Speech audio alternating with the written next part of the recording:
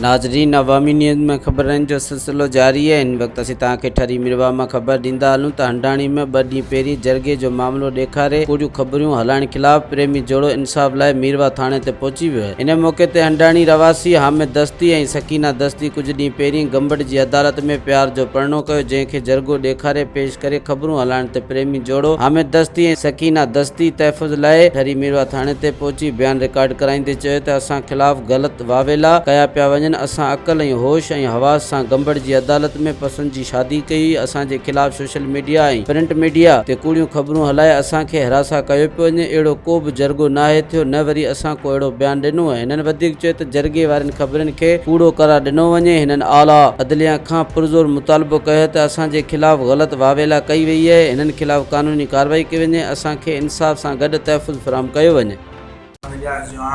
हाशिम जी जो प्यार जो पाण में परिणो कयो आहे ऐं जो असांखे कल्ह सोशल मीडिया ते या ते हली आहे ख़बरुनि में त तव्हांखे जो पोइ हिते फ़ैसिलो थियो आहे, तव्हां कारीगर आहियो, असां कुझु बि न आहे। असांखे जो राज़ पुछा कयो आहे ऐं जो हाणे असांखे सोशल मीडिया ते अख़बार उन माने ख़तरो थी पियो आहे। असांखे हाणे जो कोर्ट में इंसाफ़ ॾियो। मज़ीद खबरों और तफसीलात के लिए विजिट करें हमारी वेबसाइट www.awamiNewsHD.com।